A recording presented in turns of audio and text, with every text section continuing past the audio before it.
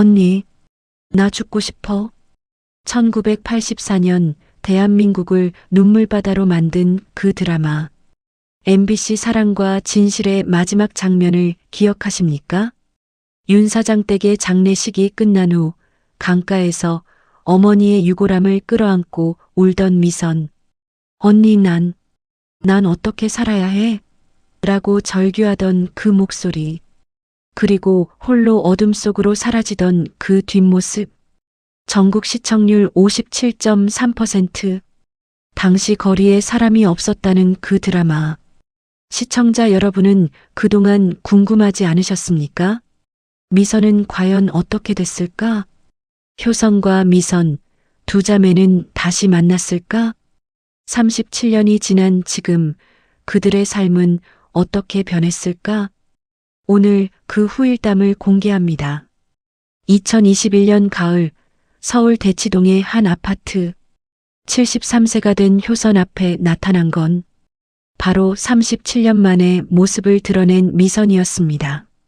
하지만 미선의 입에서 나온 첫마디는 충격 그 자체였습니다. 언니, 내가 상훈 오빠를 죽였어. 효선의 손에서 찻잔이 떨어졌습니다. 여러분 기억하십니까? 원작에서 상훈은 미선에게 마지막으로 이렇게 말했습니다. 미선아, 난 내가 필요해. 그 절박했던 고백. 하지만 미선은 이미 너무 깊은 늪에 빠져 있었죠. 김 회장의 조카딸 행세를 하면서 효선의 자리를 빼앗으면서 거짓말 위에 거짓말을 쌓아가면서 37년간 숨어 살던 미선은 왜 갑자기 나타난 걸까요? 그리고 상훈의 죽음에 숨겨진 진실은 무엇일까요? 더 충격적인 건 이 이야기가 여기서 끝나지 않는다는 겁니다. 미선이 가지고 온 낡은 가방 속에는 37년 동안 단 한 번도 공개되지 않았던 윤 사장 댁의 일기장이 들어 있었습니다. 그 일기장에 적힌 마지막 문장은 이것이었습니다. 미선아, 효선아, 엄마가 미안하다. 사실은 너희 둘 다 엄마 딸이 아니란다. 이 한 문장이 모든 것을 뒤집을 줄은 그 누구도 몰랐습니다. 이 영상 끝까지 보시면 당신이 상상도 못했던 반전과 함께 두 자매의 마지막 선택을 목격하게 될 것입니다. 그리고 원작에서 풀리지 않았던 가장 큰 의문, 왜 윤 사장 댁은 효선을 버렸는가에 대한 충격적인 답을 알게 될 것입니다. 37년의 시간이 흘렀습니다. 2021년 10월 서울 대치동의 한 아파트. 이곳에는 73세의 효선이 살고 있었습니다. 남편 형섭은 5년 전 세상을 떠났고 아들 준이는 미국에서 변호사로 성공해 가끔 화상통화로 얼굴을 볼 뿐이었습니다. 효선은 여전히 정정했습니다. 매일 아침 6시에 일어나 근처 공원을 산책하고 오후에는 동네 도서관에서 아이들에게 책을 읽어주는 봉사활동을 했습니다. 퇴직한 대학 교수였지만 여전히 누군가를 가르치는 일을 사랑했습니다. 효선 선생님, 오늘도 오셨어요? 그럼요. 아이들 웃는 얼굴 보는 게 제일 큰 낙이에요. 겉으로는 평온해 보였지만 효선의 마음속 깊은 곳엔 늘 미선이 있었습니다. 원작을 기억하시는 분들은 아실 겁니다. 효선이 얼마나 미선을 아꼈는지, 친언니처럼, 아니 친언니보다 더 챙겼던 그 마음을. 아줌마가 엄마라면서요? 어린 미선이 처음 김 회장 집에 왔을 때 효선은 그 작고 겁먹은 아이를 자기 방으로 데려가 이불을 덮어주었습니다. 미선아, 무서워하지 마. 언니가 지켜줄게. 그때 그 약속을 효선은 평생 지키려 했습니다. 미선아, 너는 지금 어디서 뭘 하고 있니? 행복하게 살고 있기는 한 거니? 그날도 효선은 도서관 봉사를 마치고 집으로 돌아오는 길이었습니다. 현관문을 열려는 순간 복도 끝에서 누군가가 천천히 걸어오고 있었습니다. 후드를 깊게 눌러 쓴 작은 체구의 여성. 효선의 심장이 두근거리기 시작했습니다. 그 걸음걸이, 그 어깨선 너무나 익숙했습니다. 원작에서 미선은 항상 고개를 약간 숙이고 걸었습니다. 자신감 없는 걸음, 늘 누군가의 눈치를 보던 그 걸음, 여성이 후드를 벗었습니다. 언니, 37년 만이었습니다. 미선이었습니다. 하지만 효선이 기억하는 그 아름답고 화려했던 미선은 없었습니다. 원작에서 미선은 김 회장 조카딸 행세를 할 때 얼마나 빛났습니까? 고급 양장을 입고 머리를 곱게 빗어 넘기고 전 김 회장님 조카 효선입니다라고 당당하게 말하던 거울 보석? 하지만 눈앞의 미선은 야위고 초췌했습니다. 흰머리가 성성하고 얼굴엔 깊은 주름이 파여 있었습니다. 가장 충격적인 건 그녀의 눈빛이었습니다. 한때 욕망으로 빛나던 그 눈에는 이제 깊은 회한과 두려움만이 가득했습니다. 미선아. 효선이 다가가려 했지만 미선은 한 발 뒤로 물러섰습니다. 언니 나 들어가도 될까? 목소리마저 떨리고 있었습니다.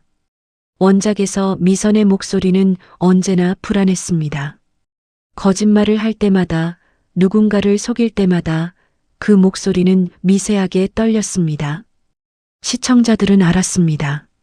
미선이 나쁜 사람이 아니라 그저 무서운 사람이라는 것을. 두 자매는 37년 만에 마주 앉았습니다. 효선은 떨리는 손으로 차를 내왔습니다. 원작에서도 효선은 늘 이렇게 차를 내왔습니다. 김 회장 댁 큰아씨로서 손님을 맞는 법을 배웠던 효선. 하지만 그 모든 자리를 미선에게 빼앗겼던 효선. 미선아, 그동안 언니 먼저 할 말이 있어. 미선이 효선의 말을 끊었습니다. 그리고 떨리는 목소리로 말했습니다. 상훈 오빠가 죽었어. 효선의 얼굴이 창백해졌습니다. 원작을 본 시청자라면 알 것입니다. 상훈이 미선을 얼마나 사랑했는지. 미선아, 난 내가 필요해. 내가 누구든 무엇을 했든 난 널 사랑해. 마지막 회에서 상훈이 미선에게 했던 그 고백. 하지만 미선은 이미 돌이킬 수 없는 선을 넘었고 결국 홀로 사라졌습니다. 뭐라고? 언제? 어떻게? 3개월 전이야. 근데 언니. 미선의 눈에서 눈물이 흘러내렸습니다. 내가 죽인 거나 마찬가지야. 효선은 믿을 수 없다는 표정으로 미선을 바라봤습니다. 상우는 미선이 사라진 후에도 아들 준석이를 혼자 키우며 회사를 다시 일으켜 세운 입지전적인 인물이었습니다. 원작에서 상우는 김 회장의 오른팔이었습니다. 똑똑하고 성실하고 무엇보다 의리 있는 사람. 그런 상훈이 미선 때문에 죽었다고? 대체 무슨 일이 있었던 거니? 효선의 질문에 미선은 고개를 떨구며 말하기 시작했습니다. 언니, 나 이제 6개월밖에 못 살아. 미선의 고백은 거기서 끝나지 않았습니다. 효선이 미선을 소파에 앉히고 따뜻한 차를 건넸습니다. 한 모금 마신 미선은 가방에서 낡은 봉투를 꺼냈습니다. 이게 뭐니? 진단서야. 효선이 떨리는 손으로 봉투를 열었습니다. 서울대병원 진단서. 췌장암 사기. 예상 여명 36개월. 효선의 손에서 종이가 떨어졌습니다.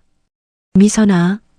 3개월 전 상훈 오빠가 쓰러졌을 때 나도 배가 너무 아파서 병원에 갔어. 그때 알게 됐어. 이미 온몸에 퍼진 상태였대. 미선은 담담하게 말했지만 그 눈빛은 절박했습니다. 원작을 기억하시는 분들은 이 장면을 떠올리실 겁니다. 윤 사장 댁이 교통사고로 쓰러졌을 때 미선이 병원 복도에서 무릎 꿇고 울던 장면. 엄마, 제발, 제발 눈 떠요. 나 아직 할 말이 너무 많아요. 하지만 윤 사장 댁은 끝내 눈을 뜨지 못했습니다. 그리고 미선은 평생 그 말을 하지 못한 채 살아왔습니다. 처음엔 이게 하늘이 내린 벌이구나 싶었어. 마땅히 받아야 할 벌. 그래서 그냥 조용히 죽으려고 했어. 부산 쪽방촌 어딘가에서 혼자. 아무도 모르게. 효선이 미선의 손을 꽉 잡았습니다. 그런데 언니, 나는 겁쟁이야. 나는 죽는 게 무서워. 더 무서운 건 아무것도 해결하지 못한 채로 죽는 거야. 미선의 목소리에 힘이 들어갔습니다. 원작에서 미선이 가장 두려워했던 것이 무엇이었습니까? 바로 진실이 밝혀지는 것. 만약 사람들이 알면 어떡하지? 내가 가짜라는 걸 알면? 미선은 매일 밤 그 악몽에 시달렸습니다. 언니, 나는 죽기 전에 반드시 해야 할 일이 3가지 있어. 효선은 조용히 미선을 바라봤습니다. 첫째, 준석이한테 진실을 말해야 해. 내가 왜 사라졌는지, 왜 아빠를 버렸는지. 그 아이는 평생 엄마한테 버림받은 아이로 살아왔잖아. 이제라도 진실을 알려줘야 해. 원작에서 미선이 상훈과 결혼했을 때를 기억하십니까? 상훈은 기뻐했습니다. 미선아, 우리 행복하게 살자. 아이도 많이 낳고. 하지만 미선의 얼굴에는 그림자가 드리워져 있었습니다. 시청자들은 알았습니다. 미선이 품고 있는 비밀의 무게를. 둘째는 엄마한테 사죄해야 해. 엄마 산소에 가서 제대로 된 참회를 해야 해. 37년 동안 미루고 미뤄왔던 그 참회를. 미선의 목소리가 떨렸습니다. 원작의 마지막 장면. 강가에서 윤 사장 댁의 유골함을 안고 울던 미선. 엄마, 나 어떻게 살아야 해? 엄마 없이 나 어떻게. 하지만 그때 미선은 알지 못했습니다. 어머니가 이미 자신을 용서했다는 것을. 그리고 마지막. 미선은 효선의 눈을 똑바로 바라봤습니다. 언니한테서 용서를 구하는 게 아니라 언니를 용서해야 해. 뭐? 효선은 이해할 수 없다는 표정을 지었습니다. 언니, 나는 37년 동안 언니를 원망했어. 언니만 없었어도 내가 이렇게 되지 않았을 텐데라고. 언니가 그렇게 착하고 완벽해서 내가 더 비교당하고 열등감에 시달렸다고. 미선의 고백은 충격적이었습니다. 하지만 원작을 본 시청자라면 이해할 수 있을 것입니다.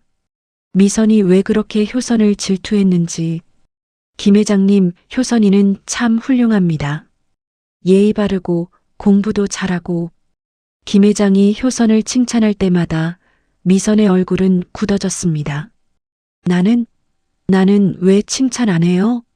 하지만 미선은 그 말을 입 밖에 낼 수 없었습니다. 자신이 가짜라는 걸 들킬까봐. 하지만 이제 알았어. 내 불행은 언니 때문이 아니라 나 자신 때문이었다는 걸. 나는 언니를 용서해야 해. 아니, 정확히는 언니에게 씌웠던 내 원망을 풀어야 해. 그래야 나도 평화롭게 눈을 감을 수 있을 것 같아. 효선의 눈에서 눈물이 주르륵 흘렀습니다. 미선아, 언니 나 좀 도와줘. 6개월. 아니, 어쩌면 3개월밖에 안 남았을지도 몰라. 그 시간 안에 나는 이 3가지를 반드시 해내야 해. 미선이 효선의 손을 꽉 잡았습니다. 준석이를 만나야 하는데 나 혼자서는 용기가 안 나. 엄마 산소에도. 혼자 가기 무서워. 그리고 언니, 나를 용서하는 게 아니라 내가 언니를 용서할 수 있도록 도와줘. 효선은 말없이 미선을 끌어안았습니다. 원작의 그 장면처럼 효선이 처음 미선을 만났을 때 그렇게 안아주었던 것처럼. 알았어, 미선아. 언니가 옆에 있어줄게.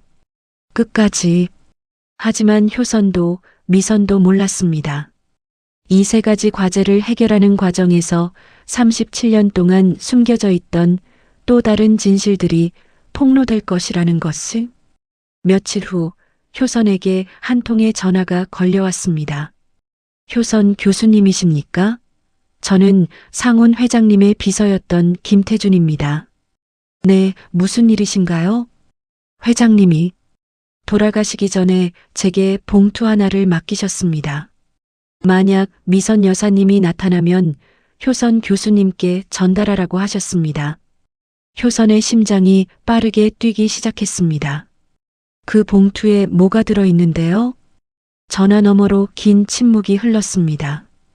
회장님의 유언장입니다. 그런데 교수님, 유언장 내용이 매우 충격적입니다. 다음 날 오전 10시 상훈의 사무실, 효선은 떨리는 마음으로 고급 빌딩 20층에 올랐습니다. 대성그룹 회장실, 한때 미선이 안주인 행세를 하던 그곳이었습니다. 원작을 기억하는 분들은 이 장면을 떠올리실 겁니다. 미선이 상훈의 아내로서 처음 회사에 왔을 때, 여러분 소개하겠습니다. 제 아내 효선입니다. 상훈이 직원들 앞에서 미선을 소개했을 때 미선의 얼굴은 창백해졌습니다. 효선이라는 이름, 자신의 것이 아닌 그 이름. 비서 김태준이 효선을 맞이했습니다. 교수님, 이쪽으로 오시죠. 넓은 회장실. 상훈의 흔적이 곳곳에 남아 있었습니다. 책상 위에 사진 액자들, 벽에 걸린 그림들. 그런데 효선의 시선을 사로잡은 건 책상 서랍 위에 놓인 오래된 사진 한 장이었습니다. 1980년대 초반 젊은 미선이 웃고 있는 사진. 원작에서 상훈이 미선에게 프로포즈하던 날 찍은 사진이었습니다. 미선아, 나랑 결혼해 줄래? 상훈이 반지를 꺼내자 미선은 울면서 고개를 끄덕였습니다. 하지만 그 눈물이 기쁨인지 죄책감인지 아무도 몰랐습니다. 회장님은 평생 미선 여사님을 잊지 못하셨습니다. 김태준의 말에 효선은 가슴이 먹먹해졌습니다. 이게 그 봉투입니다. 두꺼운 갈색 봉투. 겉봉에는 상훈의 필체로 이렇게 적혀 있었습니다. 효선 교수님께 미선이 돌아오면 반드시 전해주십시오. 마이너스 이상훈. 효선은 떨리는 손으로 봉투를 열었습니다. 안에는 여러 장의 서류와 편지가 들어 있었습니다. 효선이 가장 먼저 펼쳐본 건 상훈의 육필 편지였습니다. 효선 교수님께 저는 이 편지를 쓰는 지금 제게 얼마의 시간이 남았는지 알 수 없습니다. 하지만 한 가지는 확신합니다. 미선이 반드시 돌아올 것이라는 것을. 37년 전 미선이 사라진 날 저는 그녀를 찾지 않았습니다. 아니, 찾을 수 없었습니다. 제 안에 분노와 배신감이 너무 컸기 때문입니다. 원작을 기억하시는 분들은 아실 겁니다. 모든 진실이 밝혀진 그날 밤. 미선아, 넌 왜 나한테 말하지 않았어? 내가 어떤 상황이든 난 널 지켜줄 수 있었는데. 상훈이 미선을 붙잡으려 했지만 미선은 뿌리쳤습니다. 오빠는 몰라요. 내가 얼마나 무서웠는지. 하지만 시간이 지나면서 깨달았습니다. 저는 미선을 사랑했다는 것을. 진짜 그녀를. 거짓말쟁이였던 그녀를, 약했던 그녀를, 상처받았던 그녀를. 효선 교수님, 부탁이 있습니다. 첫째, 동봉한 통장을 미선에게 전해주십시오.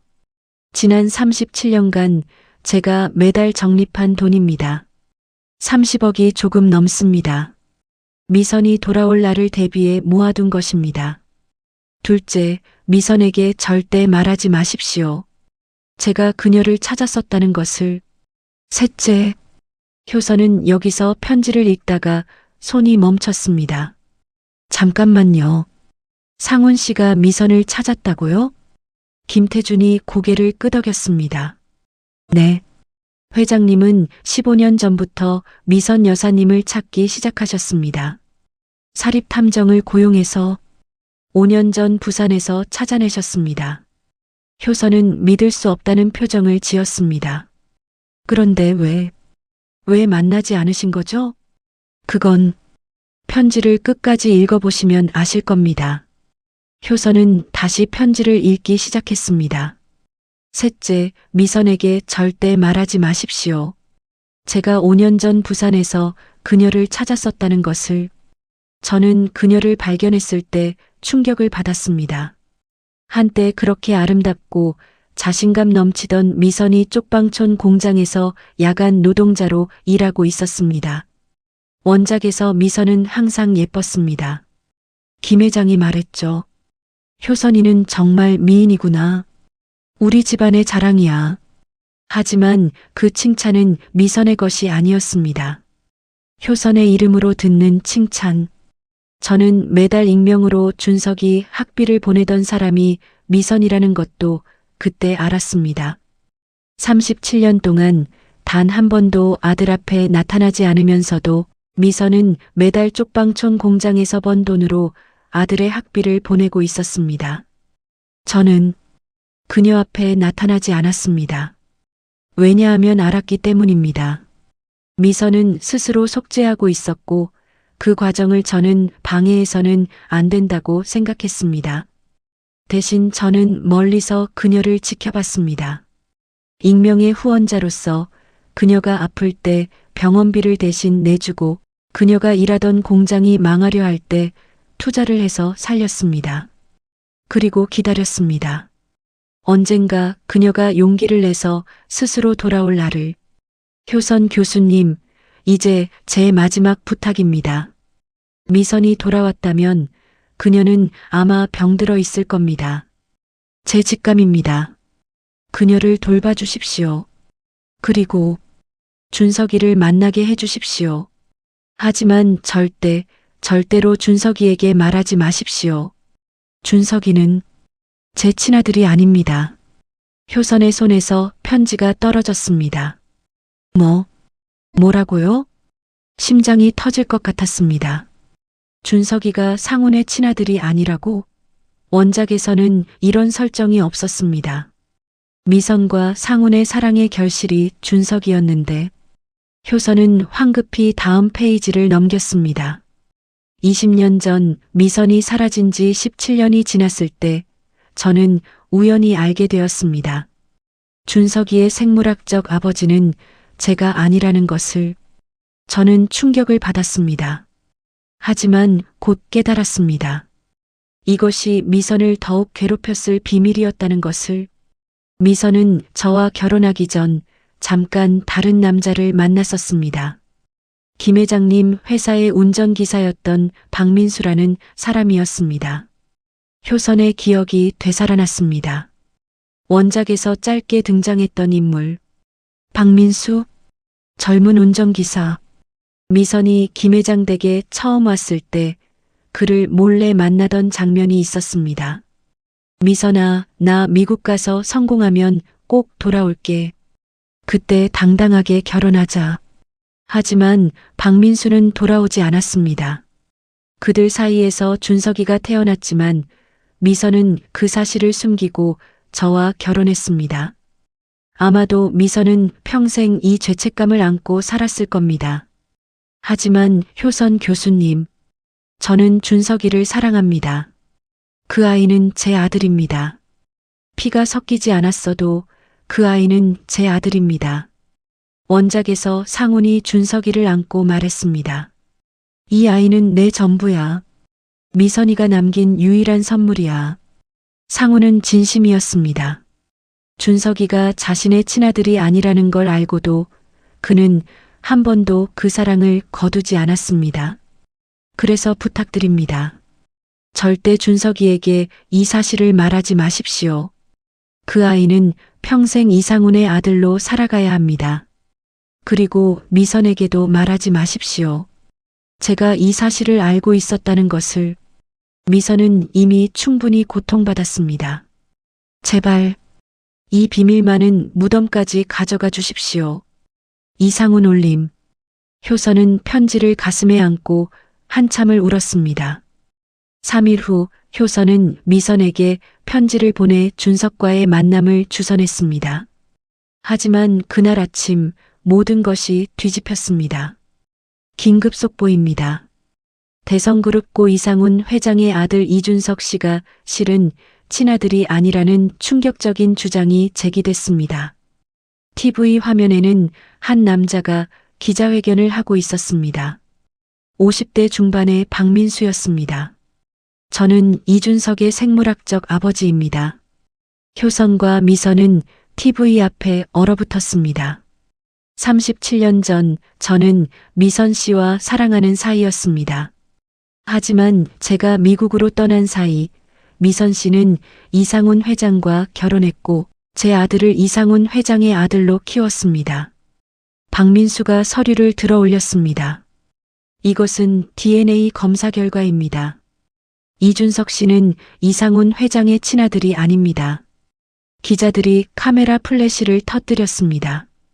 그리고 더욱 충격적인 사실은 박민수가 또 다른 서류를 꺼냈습니다. 미선 씨는 김 회장님의 조카딸이 아닙니다. 진짜 조카딸은 효선 씨였고 미선 씨는 신분을 바꿔치기 한 것입니다. 미선의 얼굴이 창백해졌습니다. 원작에서 가장 두려워하던 일이 벌어진 것입니다. 모든 진실이 세상에 폭로되는 것. 박민수가 계속 말했습니다. 저는 37년 동안 침묵했습니다. 하지만 이제 제 아들을 찾고 싶습니다. 이준석 씨, 당신의 진짜 아버지는 저입니다. 효선의 휴대폰이 울렸습니다. 준석이었습니다. 효선 이모. 이게 무슨 일이에요? 준석의 목소리는 떨리고 있었습니다. 준석아. 이모, 저는 누구예요? 아버지의 아들이 아니라고요? 그럼 저는 도대체 누구란 말이에요? 전화가 끊겼습니다. 미선은 바닥에 주저앉았습니다. 언니, 이제 끝이야. 모든 게 끝났어. 하지만 효선은 미선을 일으켜 세웠습니다. 미선아, 아직 끝난 게 아니야. 우리 준석이한테 가자. 지금 당장. 하지만 언니, 준석이가 날 만나주겠어? 만나줄 거야. 너는 준석이 엄마잖아. 두 사람은 준석의 집으로 향했습니다. 하지만 집 앞에는 이미 기자들이 진을 치고 있었습니다. 미선 씨, 신분 바꿔치기가 사실입니까? 이준석 씨와 만나실 계획이 있습니까? 효선이 미선을 보호하며 기자들을 뚫고 지나갔습니다. 원작의 그 장면처럼 진실이 밝혀진 후 효선이 미선을 보호하려 했던 그 장면처럼 비켜주세요. 우리 동생 좀 지나가게요. 효선의 외침에 기자들이 잠시 길을 열어주었습니다. 드디어 준석의 집 문 앞. 효선이 초인종을 눌렀습니다. 하지만 대답이 없었습니다. 준석아, 이모야, 문 열어줘. 여전히 대답이 없었습니다. 미선이 문에 손을 대고 울기 시작했습니다. 준석아, 엄마야. 엄마가 미안해. 엄마가 정말 미안해. 그때 문이 열렸습니다. 준석이 서 있었습니다. 눈이 빨갛게 충혈되어 있었습니다. 들어오세요. 준석의 목소리는 차가웠습니다. 윤 사장 댁의 일기장, 그리고 진실의 조각들. 준석의 거실. 세 사람이 마주 앉았습니다. 긴 침묵이 흘렀습니다. 엄마. 아니, 미선 씨. 준석의 말에 미선은 움찔했습니다. 저는 도대체 누구입니까? 제 아버지는 누구고 저는 무슨 성을 써야 하나요? 미선은 고개를 숙인 채 대답하지 못했습니다. 그때 효선이 가방에서 낡은 공책 한 권을 꺼냈습니다. 준석아, 이걸 보렴. 이게 뭔데요? 내 외할머니. 윤 사장 댁의 일기장이야. 준석과 미선은 동시에 효선을 바라봤습니다. 원작에서 윤 사장 댁은 교통사고로 세상을 떠났습니다. 유언도 남기지 못한 채. 하지만 효선은 어머니의 유품을 정리하다가 이 일기장을 발견했고 37년 동안 혼자 간직하고 있었습니다. 언니, 그걸 왜 지금? 미선아, 나도 오늘에서야 읽었어. 그리고 우리가 몰랐던 진실을 알게 됐어. 효선이 일기장을 펼쳤습니다. 1984년 4월 10일. 오늘 미선이가 말했다. 엄마, 나 임신한 것 같아. 세상에. 우리 미선이가 아직 20살도 안 됐는데. 미선이는 울면서 말했다. 박민수 오빠가 날 버렸어. 미국 간다고. 돌아온다고 했는데 연락이 없어. 내 가슴이 찢어지는 것 같았다. 미선아, 엄마가 널 지켜주지 못해서 미안해. 준석이 일기장을 바라봤습니다. 외할머니의 필체, 떨리는 글씨. 1984년 6월 15일. 미선이가 효선이랑 비교당하는 게 너무 힘들다고 한다. 김 회장님은 효선이만 칭찬하신다. 효선이는 참 훌륭해. 우리 집안의 자랑이야. 미선이가 물었다. 엄마, 나는 왜 언니처럼 못해? 나는 왜 이렇게 모자라? 미선아, 너는 모자란 게 아니야. 너는 그냥 다른 거야. 엄마는 내가 효선이보다 더 사랑스럽다. 왜냐하면 너는 엄마를 더 많이 닮았거든. 미선의 눈에서 눈물이 흘러내렸습니다. 원작에서 윤 사장 댁은 항상 미선을 감쌌습니다. 미선아, 괜찮아. 내가 최고야. 하지만 미선은 그 사랑을 믿지 못했습니다. 자신이 가짜라는 죄책감 때문에. 효선이 다음 장을 넘겼습니다. 1984년 8월 20일. 오늘 미선이와 긴 대화를 나눴다. 미선이가 말했다. 엄마, 나 효선 언니 행세하고 싶어.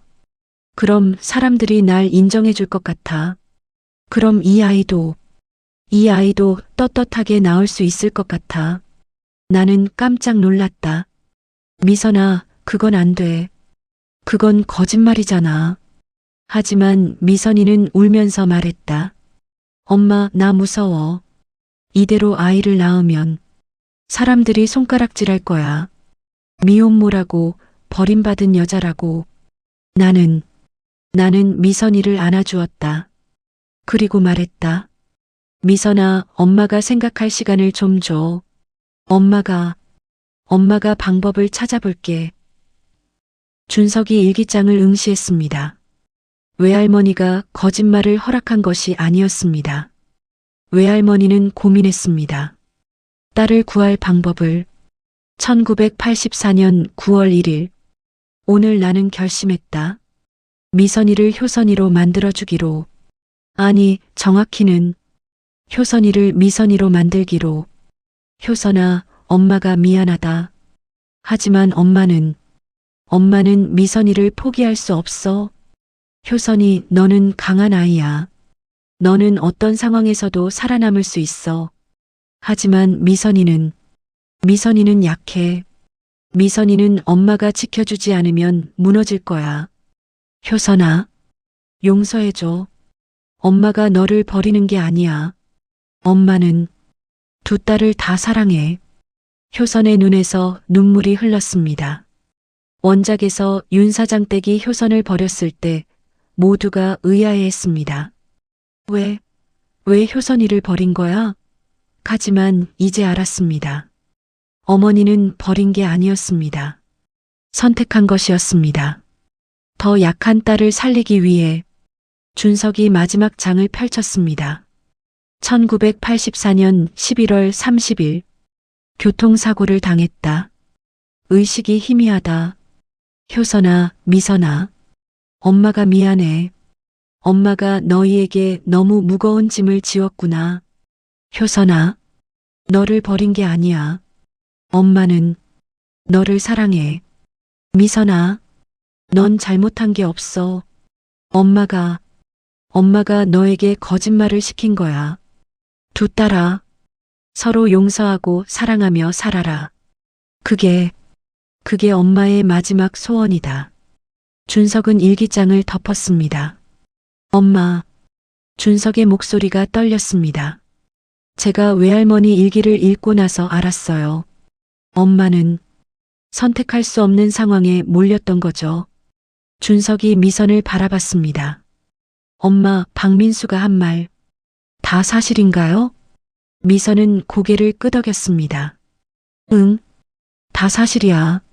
넌, 넌 상훈 오빠의 친아들이 아니야. 그럼 저는 박민수의 아들이에요? 생물학적으로는. 그래. 준석은 한참을 침묵했습니다. 그리고 말했습니다.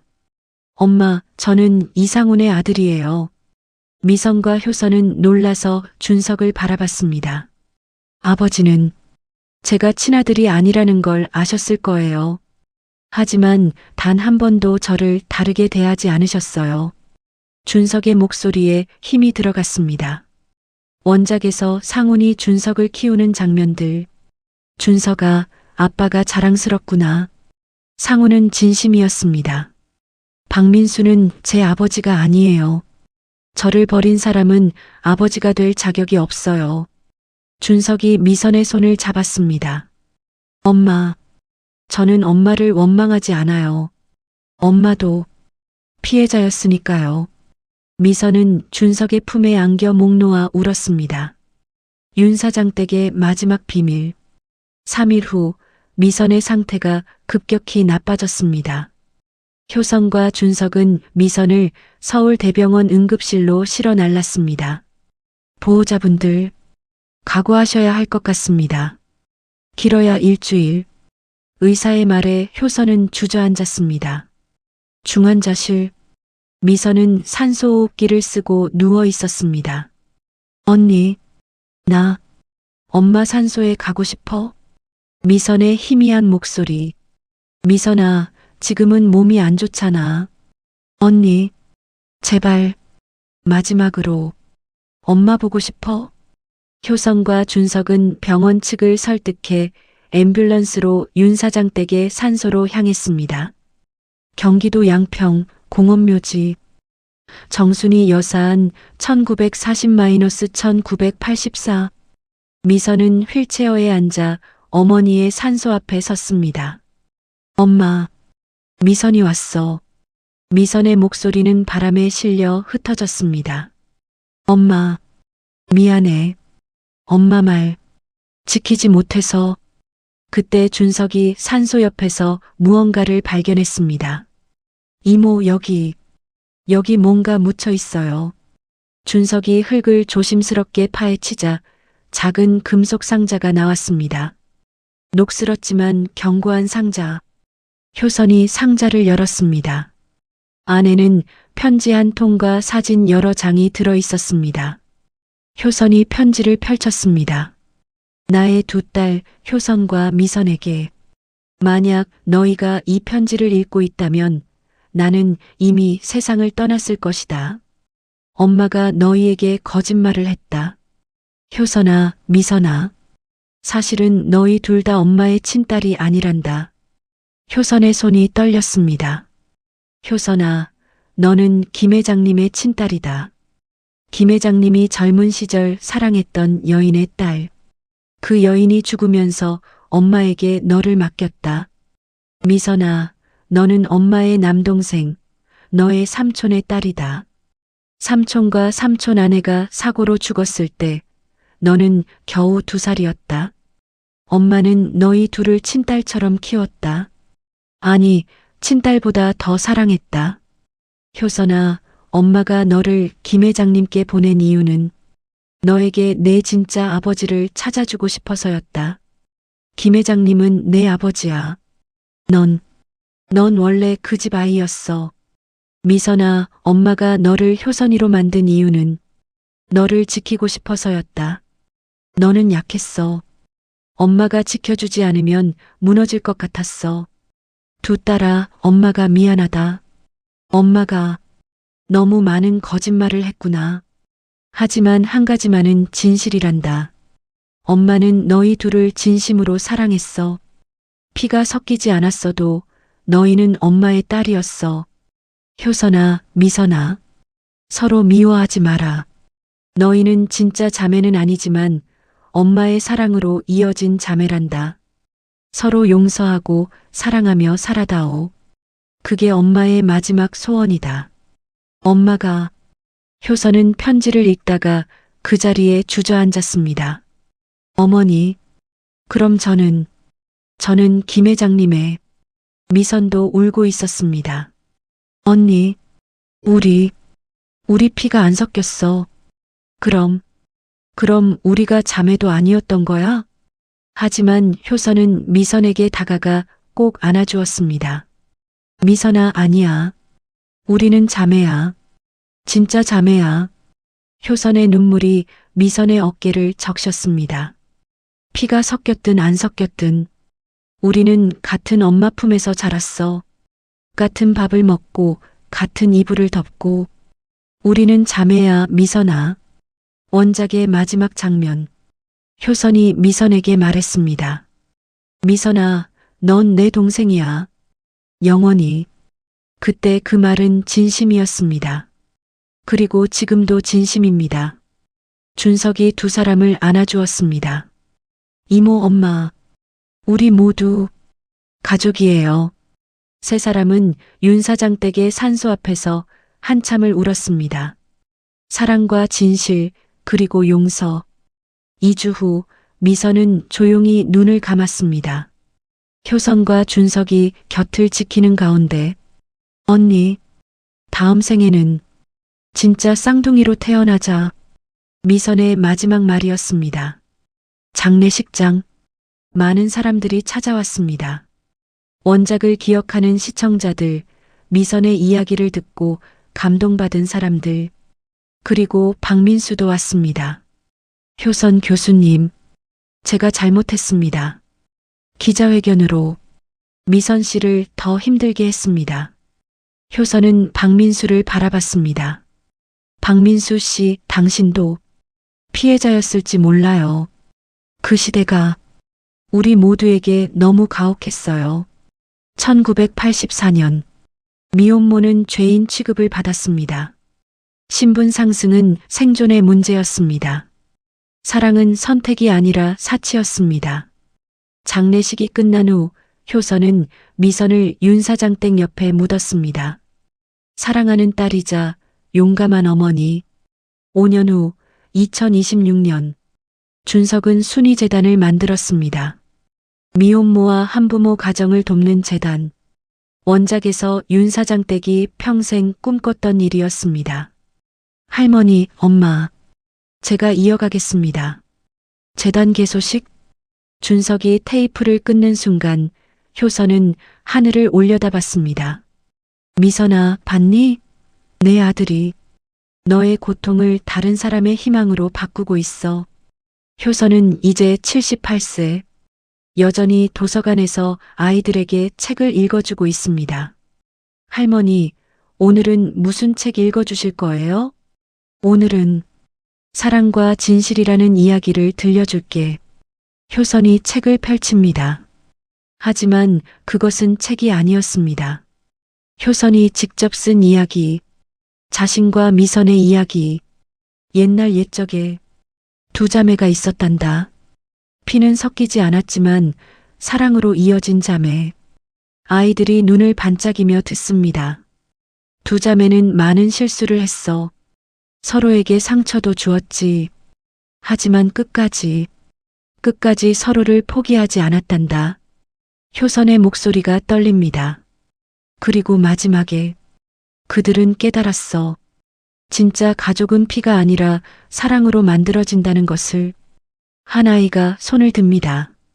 할머니, 그 두 자매는 행복하게 살았어요? 효선은 잠시 말을 멈췄습니다. 창밖을 바라봤습니다. 가을 햇살이 도서관 창문으로 쏟아져 들어오고 있었습니다. 응, 행복했단다. 마지막에는 효선의 눈가에 눈물이 맺혔습니다. 하지만 그 행복을 얻기까지 아주 긴 시간이 걸렸어. 37년이라는 시간이. 그날 저녁 효선은 집으로 돌아와 오래된 상자 하나를 꺼냈습니다. 37년 동안 간직해온 상자. 미선과의 추억이 담긴 상자. 상자 속에는 낡은 사진들이 가득했습니다. 첫 번째 사진. 1980년 김 회장 댁 정원에서 찍은 사진. 15살 효선과 13살 미선이 손을 잡고 웃고 있었습니다. 효선은 사진을 쓰다듬으며 중얼거렸습니다. 미선아, 기억나니? 이날 내가 처음 우리 집에 왔던 날이야. 넌 너무 작고 겁에 질려 있었어. 나는 내 손을 잡고 말했지. 미선아, 무서워하지 마. 언니가 지켜줄게. 효선의 손이 떨렸습니다. 근데 나는 끝까지 널 지켜주지 못했어. 내가 가장 힘들 때 나는 내 곁에 없었어. 두 번째 사진. 1983년 미선의 고등학교 졸업식. 미선이 졸업장을 들고 웃고 있었습니다. 하지만 그 웃음 뒤에 숨겨진 두려움을 그때는 몰랐습니다. 원작을 본 시청자들은 기억할 겁니다. 이 졸업식 장면, 김 회장이 말했죠. 효선아, 축하한다. 우리 집안의 자랑이구나. 하지만 그 칭찬은 내 것이 아니었지. 내가 얼마나 괴로워했을까. 효선은 사진을 가슴에 안았습니다. 세 번째 사진. 1984년 봄 미선과 상훈의 결혼식. 하얀 웨딩드레스를 입은 미선. 하지만 그 얼굴에는 행복보다 불안이 가득했습니다. 미선아, 너는 그날도 두려웠겠지. 들키면 어떡하지? 상훈 오빠가 알면 어떡하지? 매일 밤 그 악몽을 꾸면서도 너는 혼자 견뎌냈어. 효선은 상자 맨 밑에서 작은 봉투를 꺼냈습니다. 미선이 37년 전 남긴 마지막 편지. 봉투를 열지 못하고 37년을 간직했던 편지. 효선은 떨리는 손으로 봉투를 열었습니다. 언니에게, 언니 나 떠나. 이제 더는 거짓말하고 싶지 않아. 더는 효선 언니 행세하고 싶지 않아.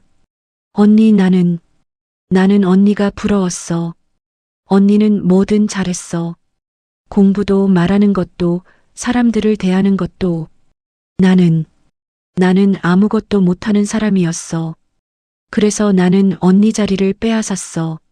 언니 이름을 훔쳤어. 언니 인생을 빼앗았어.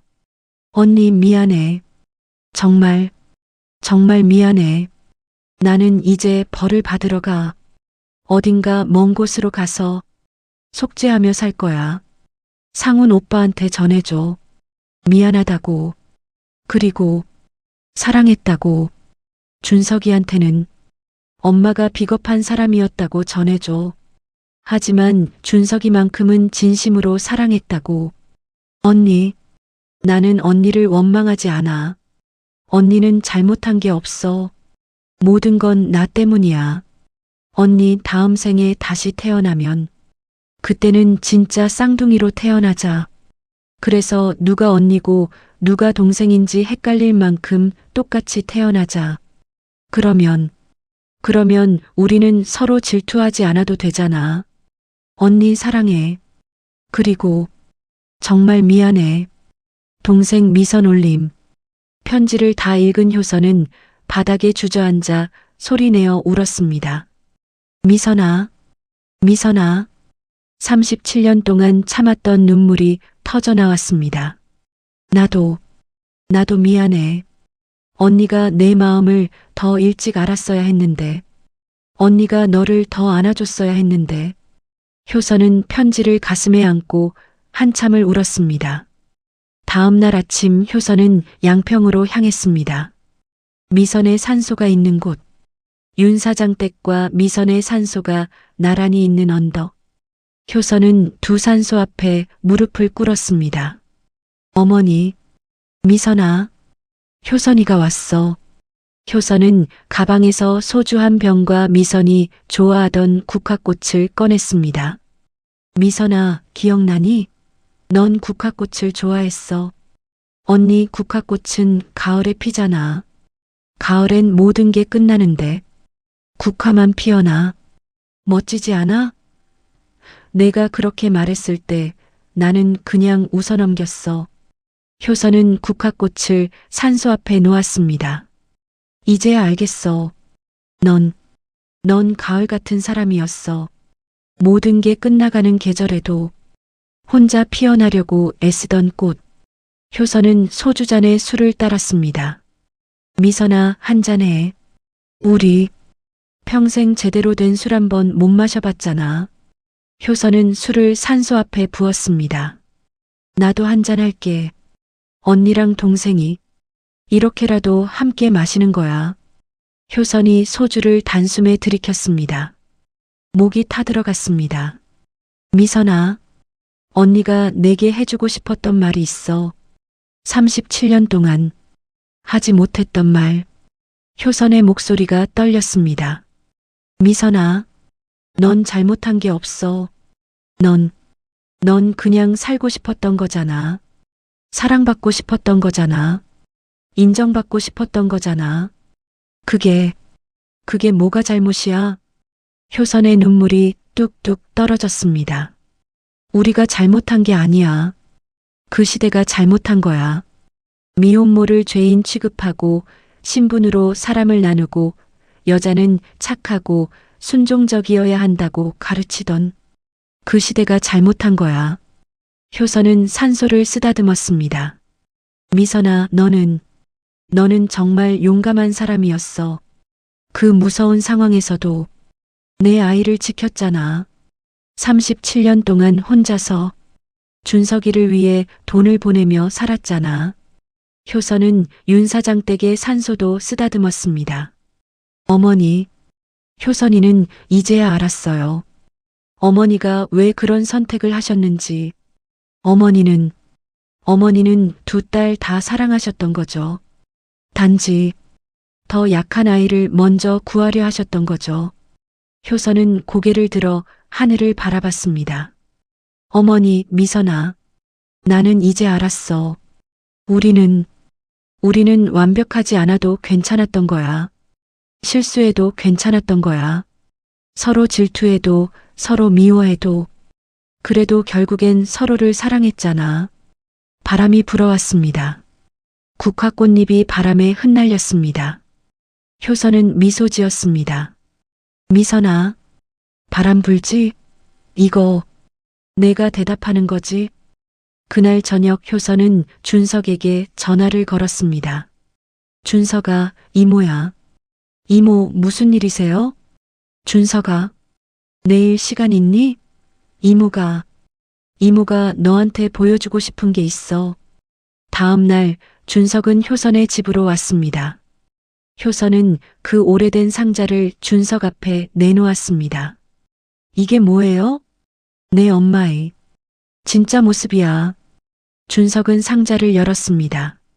사진들, 편지들, 미선이 준석에게 보내려다 보내지 못한 생일 카드들. 준석의 손이 떨렸습니다. 이게 다. 응. 내 엄마는 37년 동안 단 하루도 널 잊은 적이 없었어. 내 생일마다 카드를 썼어. 보내지는 못했지만 매년 썼어. 준석은 카드 하나를 펼쳤습니다. 준석이의 10번째 생일을 축하해. 엄마는 오늘도 부산에서 널 생각했어. 내가 케이크 앞에서 촛불을 끄고 있을 그 시간에 엄마도 공장 옥상에서 작은 촛불을 켰어. 준석아, 엄마 소원 알아? 내가 엄마를 미워하지 않았으면 좋겠어. 엄마는 정말 너를 사랑했거든. 엄마가 마이너스 1995년. 준석의 눈에서 눈물이 주르륵 흘렀습니다. 엄마. 준석은 모든 카드를 꺼내 읽기 시작했습니다. 10살, 15살, 20살, 25살, 30살. 37장의 카드. 마지막 카드. 2021년 미선이 죽기 직전에 쓴 카드. 준석이의 36번째 생일을 축하해. 엄마는 이제 곧 떠날 거야. 무섭지만 후회는 없어. 마지막에 너를 만났으니까. 준석아, 엄마가 내게 줄 수 있는 건 별로 없었어. 제대로 된 엄마 노릇도 못했어. 하지만 한 가지만은 확신해. 엄마는 널 사랑했어. 평생. 단 한순간도 널 잊은 적 없었어. 준석아, 행복하렴. 엄마 목까지 행복하렴. 그리고 기억해줘. 엄마는 비겁했지만 너만큼은 진심으로 사랑했다는 걸. 사랑해, 내 아들. 엄마가. 준석은 카드를 가슴에 안고 한참을 울었습니다. 효선은 조용히 준석의 등을 쓰다듬었습니다. 준석아, 내 엄마는 완벽하지 않았어. 실수도 많이 했어. 하지만 너를 사랑하는 마음만큼은 진심이었어. 준석은 고개를 끄덕였습니다. 이모, 저 이제 알 것 같아요. 엄마가 왜 그렇게 사셨는지. 준석은 카드들을 하나하나 정성스럽게 상자에 담았습니다. 이모, 이거 가져가도 될까요? 당연하지. 이건 내 거야. 준석은 상자를 안고 일어섰습니다. 이모, 순이재단 일 더 열심히 할게요. 엄마 같은 분들이 더 이상 혼자 고통받지 않도록. 효선은 준석을 꼭 안아주었습니다. 준석아, 내가 있어서 이모는 정말 다행이야. 너는 내 엄마와 아빠의 가장 아름다운 유산이야. 2030년 효선의 82번째 생일. 순이재단 10주년 기념식. 많은 사람들이 모였습니다. 준석이 무대에 올랐습니다. 여러분, 오늘은 특별한 분을 소개하려 합니다. 효선 이모님 나와주세요. 효선이 천천히 무대에 올랐습니다. 머리는 새하얗게 샜지만 눈빛은 여전히 맑았습니다. 이모님, 한 말씀 해주세요. 효선은 마이크를 잡았습니다. 잠시 침묵이 흘렀습니다. 저는 37년 전에 동생을 잃었습니다. 효선의 목소리가 객석에 울려 퍼졌습니다. 정확히는 동생을 놓아준 겁니다. 동생이 제 곁을 떠나도록 제가 지켜주지 못했습니다. 효선의 눈에 눈물이 고였습니다. 하지만 이제 압니다. 제가 동생을 놓아준 그 37년 동안 동생은 더 큰 사랑을 배우고 있었다는 것을, 혼자서 조용히 자신만의 방식으로 속죄하고 있었다는 것을. 효선은 준석을 바라봤습니다. 제 동생 미선은 완벽하지 않았습니다. 실수도 많이 했고 거짓말도 했고 도망도 쳤습니다. 객석이 조용해졌습니다. 하지만 미선은 끝까지 포기하지 않았습니다. 자기 아들을 사랑하는 것을, 자기 자신을 용서하는 것을, 그리고 다시 살아보는 것을. 효선의 목소리에 힘이 들어갔습니다. 순이재단은 바로 그런 분들을 위한 곳입니다. 완벽하지 않아도, 실수했어도 다시 일어설 수 있다고, 다시 사랑받을 수 있다고 말해주는 곳입니다. 효선은 하늘을 올려다봤습니다. 어머니, 미선아, 보고 있니? 우리가 해냈어. 너희의 고통이 헛되지 않았어. 이제 많은 사람들이 너희처럼 고통받지 않아도 돼. 객석에서 박수가 터져 나왔습니다. 행사가 끝난 후 효선은 조용히 옥상으로 올라갔습니다. 서울 야경이 한눈에 보이는 옥상. 준석이 따라왔습니다. 이모, 여기 계셨네요. 응, 여기서 좀 쉬려고. 준석이 효선 옆에 섰습니다. 이모, 이따가 엄마 산소 갈 거죠? 그럼. 오늘 이모 생일인데 미선이한테 가야지. 준석이 효선의 손을 잡았습니다. 이모, 저도 같이 가도 될까요? 당연하지. 두 사람은 야경을 바라보며 한참을 서 있었습니다. 이모, 엄마가 마지막에 남긴 말 있잖아요. 다음 생에는 진짜 쌍둥이로 태어나자는 말. 응, 저는 엄마랑 이모님이 다음 생에도 꼭 만났으면 좋겠어요. 그리고 이번엔 처음부터 행복했으면 좋겠어요. 효선은 미소 지었습니다. 미선아, 들었지?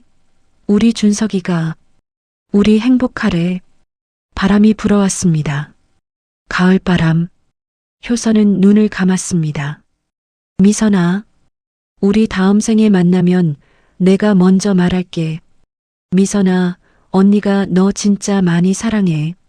그렇게 말할게. 내가 불안해하기 전에, 내가 질투하기 전에, 내가 먼저 말할게. 에필로그 2040년 효선 92세. 효선은 이제 요양원에서 지냅니다. 준석이 매주 찾아옵니다. 이모, 오늘 미선 이모 산소 다녀왔어요. 그래. 미선이 어떻던? 국화꽃 가득 피었더라고요. 이모가 심은 국화. 효선은 미소 지었습니다. 그래. 가을이니까. 효선은 창밖을 바라봤습니다. 단풍이 물들어가고 있었습니다.